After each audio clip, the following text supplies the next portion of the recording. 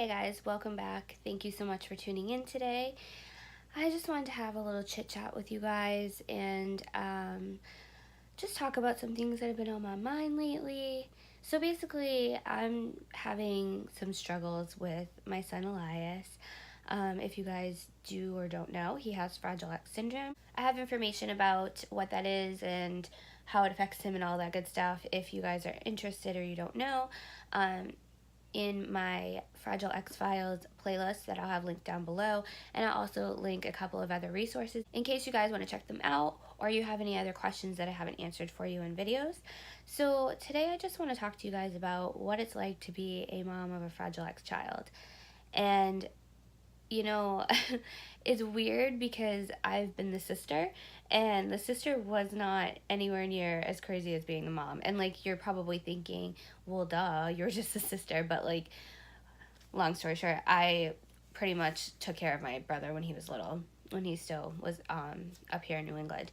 So I didn't really have an idea of what it was going to be like having my son. I thought that I did, but I ended up with a completely different child.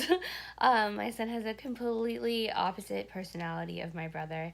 My brother is more shy and keeps to himself, and he's not aggressive, and he is more mellow. Elias is feisty and aggressive and stubborn, and yeah, so he's just basically the polar opposite of my brother, and as far as their personality traits go. So it is very common for boys with Fragile X syndrome to be more aggressive, and Elias is absolutely that.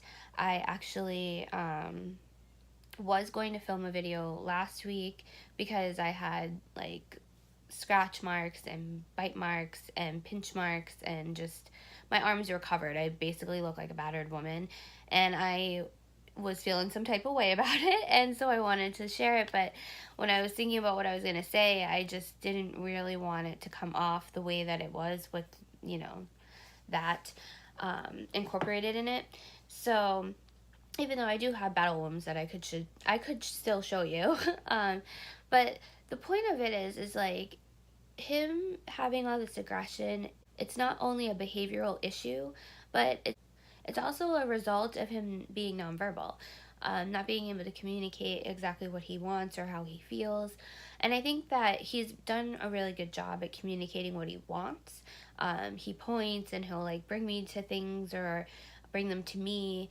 And he's pretty good at getting his point across when it comes to, an actual object. But when it comes to his emotions and his feelings, he doesn't have any way to express them. And so he usually, bashes his head into the floor, the wall, my face, whatever it may be. Or he'll pinch, he'll bite, he'll slap, he'll throw a typical toddler tantrum, kicking his feet on the floor and such. So there's a lot of times during the day that we go through these fits. And sometimes I can, kind of snap him out of it, just with simply saying enough or please stop.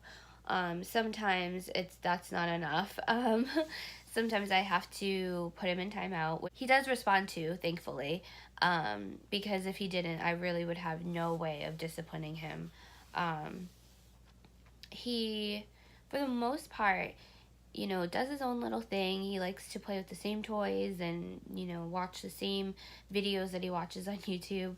And he will be, cuddly and, just hang out with me and have a good time. But when we go from place to place, that usually triggers him.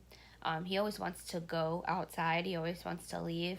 But he usually does end up like banging his head into his car seat. He basically will just like whole body like flailing, because he doesn't want to go home, or he doesn't want to go to therapy or school or whatever it may be. And I don't think it's because like he has any, bad experiences or whatever.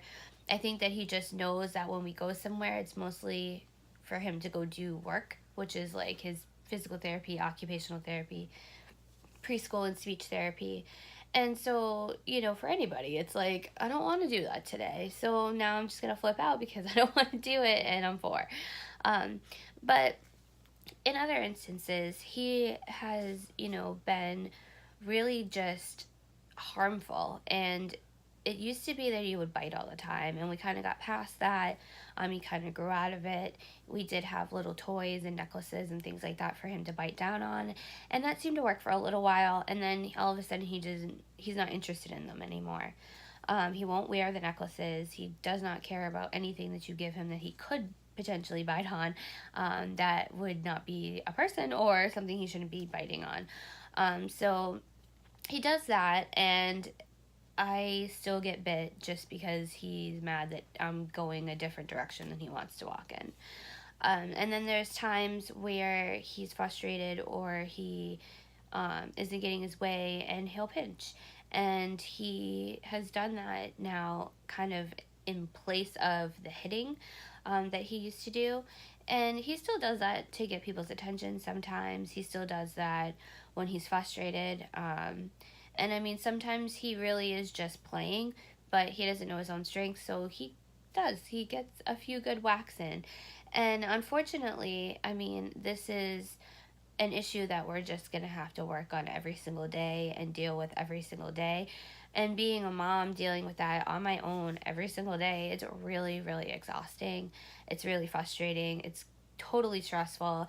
And, sometimes, like, I just have my own little breakdowns, and, like, it sucks because I don't want to be mad at him for something that he can't control. But I don't honestly think that every single time that he acts out like this, it's something he can't control. I think that it is partially him being a 4-year-old and acting out, and then it's also partially the over-aggression and his inability to express himself because of the Fragile X syndrome. So it's really hard to, like, have somebody hit you and bite you and, really physically hurt you and you not do anything about it. I can put him in timeout, or I can tell him nice hands. I can, try to show him what he should do instead of what he is doing. But essentially, the damage is done. You've already pinched me, you've already bit me, you've already scratched my eyes out. And, it's really difficult as a parent because it's like you love your child so much and all you want for them is the best for them, and you want to be the best parent that you can be for them. And it's really challenging some days when, he's coming at me and he's, being really hurtful physically. And I, have some days where I just flip out. Like, I don't, I don't hurt him or anything, but I yell and I get upset. And I, even today, like right now, he's been really fussy for the last hour, like fussy to the point where he's flailing on the ground, he's bashing his head into things, he's screaming, throwing his toys, and just being obnoxious. So to me, that says that you need a nap. You need to cool down. You need some quiet time. And so do I, because I don't want to listen to that. And there's no need for you to be acting like that. But the thing with him is, like, he can't tell me. So if there is something going on, if he's frustrated or if he misses someone or he feels something, it's not like he can be like, oh, well, Mom, I miss so-and-so. Oh, I want to go do this. I want ice cream, whatever it is, he can't just come and tell me. So it's extremely frustrating as a parent. It really takes a lot of patience that I don't have. I do not have patience only for him. He's the only person that gets patience with me. And I feel bad because it's like I probably snap at people when I don't mean to because I'm frustrated with him, or I'm grouchy, or I look, pissed off all the time when I'm out and about. But it's just hard because it's like we can't go run an errand without it being this whole thing, without him, either not letting me get him in or out of the car, or he's flipping out the entire ride there. He's throwing things at me from the back seat. Just a lot of different factors, and it's things that I have to, like, kind of brush off and, take a breath and then just move on and, handle it. And some days, like, I have days just like other people where I get up because I have to and I don't want to, and I go do things that I don't want to do. And when I'm, taking him along, it's hard enough to go anywhere with a toddler. We all know this. With him, it's like sometimes we'll be going somewhere and it's just, I need you to walk from the car into the store, and he doesn't want to do it. and he will throw himself on the ground, or he will drag his feet. And I mean, he just makes it difficult. And so for me, like, it's an everyday battle. Every day. There's no days off. It's an everyday battle with him. And I mean, he has made tremendous strides this past year. I have to say that he really has gotten so much more independent. He's definitely matured, but we do still have these daily little fits that he has, and we do still have the same issues with him, hurting himself and hurting other people.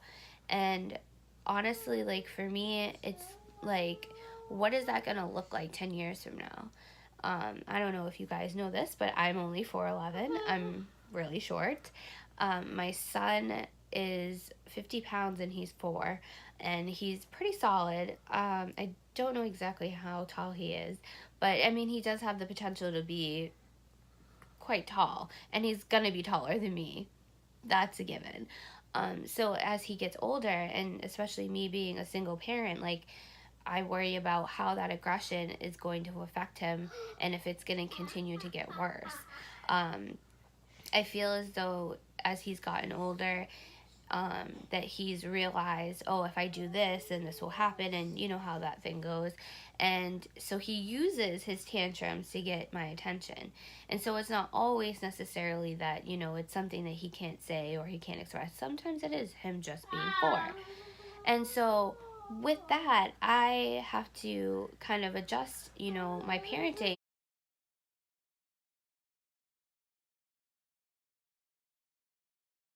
So we do have someone that comes out to the house to help address his behavioral problems, and it's it's getting there, but it's going to take time for us to replace bad habits with good habits.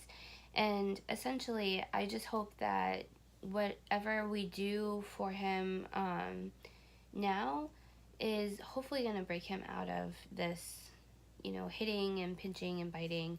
It's really just hurtful. Like, and it's not even just the physical of it, but um like, I was at the doctor's one time, and he was sitting on my lap, and she went to go look in his ears or something, and like, I flinched because I know that big head is coming right back at me to hit me in my face.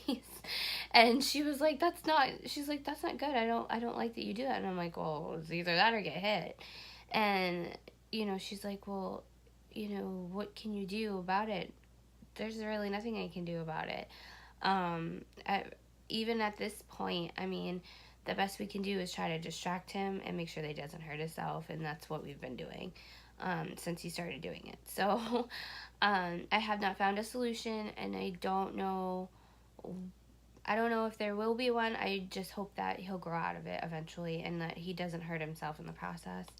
Um, so those are some of the not so fun parts of having a child who is really overwhelmed by this condition, and he just does the best that he can, but I have a really hard time keeping my cool when it gets to a point where it's just like out of control, ridiculous.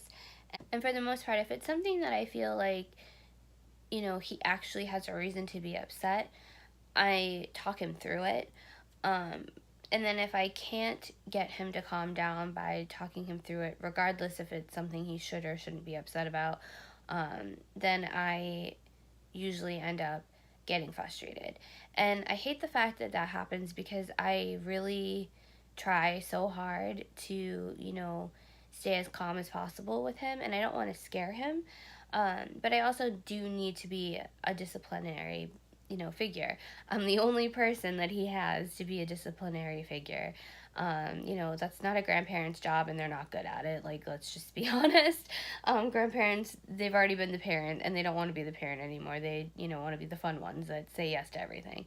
And, he doesn't really have anybody else. So I have to make sure that I'm the one that's, establishing the rules and enforcing them. And so I end up being his punching bag essentially, because I'm the one that's making him go to his appointments, and I'm the one that's, making sure that he's doing the things he needs to do, and it's tough. Um, but with that being said, I also am the one that, I get all the love, and I get to see him every day and enjoy him every day, and I get to see, him progress on a daily basis. And so that's super rewarding, and that essentially balances out, the bad stuff. And I mean, he is an amazing child. Like, I couldn't even explain to you like how in awe I am at the things that he is just like so in tune to. Like, he absolutely loves balls. Like, he has been shooting basketball since he was 2. And he's super accurate with his throwing. He is like so destined to do something with sports in the future. He's also extremely talented in figuring things out, problem solving, making things work. He loves anything with a motor, so like a tractor, a car, a motorcycle, you name it. He hears it, he loves it, and he's totally fascinated by it. He loves tools and fixing things. Like, if his toys aren't working, he'll go look for the screwdriver so that we can flip the toy over, and he'll do this and put the screwdriver in it to get the screw out so that we can change the batteries. And he's actually changed the batteries himself the correct way. And he loves his YouTube. He's always on there listening to different shows in Spanish, Russian, and English. Like, I don't know why, but that's what he does.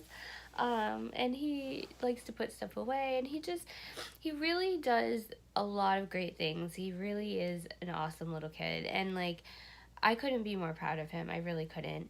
I just wanted to be real with you guys about the fact that like, it's not easy, and there are things that are really challenging being, you know, a parent in this situation. And not only is it challenging for me because it's just me, but it's also challenging because I'm the one that is a carrier. So like, that always is like in the back of your mind, like that guilt. And that's not your fault, because like, you can't help your genes. Your genes are your genes. There's nothing you can do about them. They are what they are. But it's hard, especially as a mother, because you're like, I do everything in my power to make sure that my child's safe and nothing happens to them. And this one thing, I couldn't prevent this from happening. And even now, I have to find ways to keep him safe and to make sure that he's getting everything that he needs, taking him to all of his appointments and things like that. And so sometimes it just gets really overwhelming. I'm sure that he can feel how overwhelmed I get sometimes, and he's definitely in tune with people's emotions. That's something that's kind of like a super strength of people with Fragile X, that they're really intuitive to emotions and different energies around them. So I try to keep that in mind as much as possible, especially when he's already upset. If I just stay silent and I don't say anything, he knows that I'm upset, but I don't flip out, or I don't say anything, or I don't, try to correct him, then it usually is easier for him to calm down. But then he still is upset until he knows that I'm okay and that I'm not mad. Because if I am mad at him, oh, oh boy, it's not even worth it, because he will just absolutely lose it until I'm not mad at him anymore. Um, which is kind of cute in its own little way, but it's really stressful, especially when you're still mad and you're like, yeah, well, my eye's still burning from when you scratched me in it, so no, I don't want to talk to you right now. And he's bored. He's like, but mom. So yeah, but we've had a lot of trying times together. I One night I was putting him to bed, and I bent over and gave him a kiss, and I tucked him in, and then I went to give him another kiss, and when I was coming back away from him, he just went for my face, and he scratched me right in my eyes. And so thankfully it was bedtime, so I mean, we didn't have to deal with the whole don't be mad at me situation. But I was upset. I was really upset. And I really thought that he hurt me. Like, I thought that I was going to have to go to the eye doctor the next day. Like, I really thought, because I couldn't even open this eye. Like, I couldn't open it, I couldn't touch it. It was so sore. It hurt so bad. And I couldn't see out of it either. But luckily nothing major happened. But it's scary. It's really scary. And it's scary to think of what, could happen. So, yeah. But along with that, I mean, it can be super sweet. Like, he'll give you kisses and give you hugs, and he loves to laugh. His laugh is freaking, like, oh my gosh. His laugh is everything. Whenever he, like, really truly laughs, it's so funny, because, like, I think we were watching a scene in Shameless one time, and of course, probably shouldn't be watching that, but he was around. And he just started cracking up laughing. I don't know. He was just, like, belly aching laughing, like he understood what was going on, and it was really funny. And, like, he's done that in other shows of mine too. Like, he'll just be sitting there laying on my lap or whatever, and funny things will happen, and, like, I'll laugh and he'll start laughing, and I'm just like, do you know what's going on right now?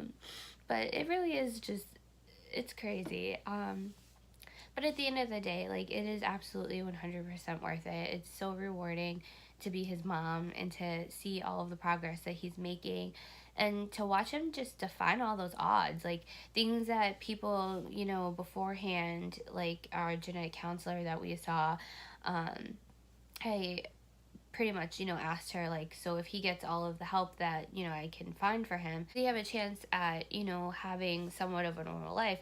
And she said no.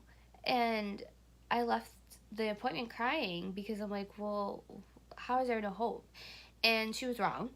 And I still don't understand how somebody, just because medically speaking, they're supposed to say no, because nothing's ever going to change the fact that he has Fragile X unless they ever come up with a cure. But for you to say that their services won't help him get, at least to where he should be, or, a little bit behind, I would say right now he's probably a year behind, from where he should be as far as language goes. But everything else, I don't know. I don't feel like he's that delayed in other things. His behavior and his speech, those are the two things that are the most challenging for us so far. But we will get there. And he is saying things all the time. He loves counting on his fingers. It's like one of his absolute favorite things to do. And he does make noises that sound like 1, 2, and 3 when you're counting. He said 6 like clear as day a couple of times. So he is getting there. And it's not like he doesn't understand. That's one thing with people with Fragile X. Like, the comprehension is all there. But for them to be able to deliver, to give that communication back, is difficult. And social skills and things like that all comes with being able to communicate. And if you don't have that, you're obviously going to be delayed in those social skills. So those are all obstacles that we're aware we're going to come to, and we're going to do the best that we can. And Elias is going to be continuing to grow and progress and mature and just be the incredible little guy that he is. And so I'm really glad that I got to express this to you guys, and put it out there. And if you guys have any similar stories, if you guys have experience with children with autism who also have these behavioral issues, just leave comments down below. Let's be here, community for each other, support each other.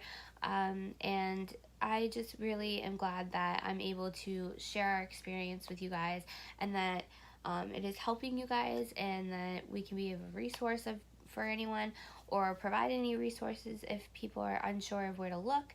And just keep spreading awareness about Fragile X. I know that July is coming to an end, but this was National Fragile X Awareness Month. And July 22nd is National Fragile X Awareness Day, just so that you know. for next year. So I just want to thank you guys so much for taking the time to watch this video. I hope that you enjoyed it, and like I said, if you guys have any questions or comments, just leave them down below. I will get back to you as soon as possible, and thank you so much for watching. Please like this video and subscribe. Bye guys.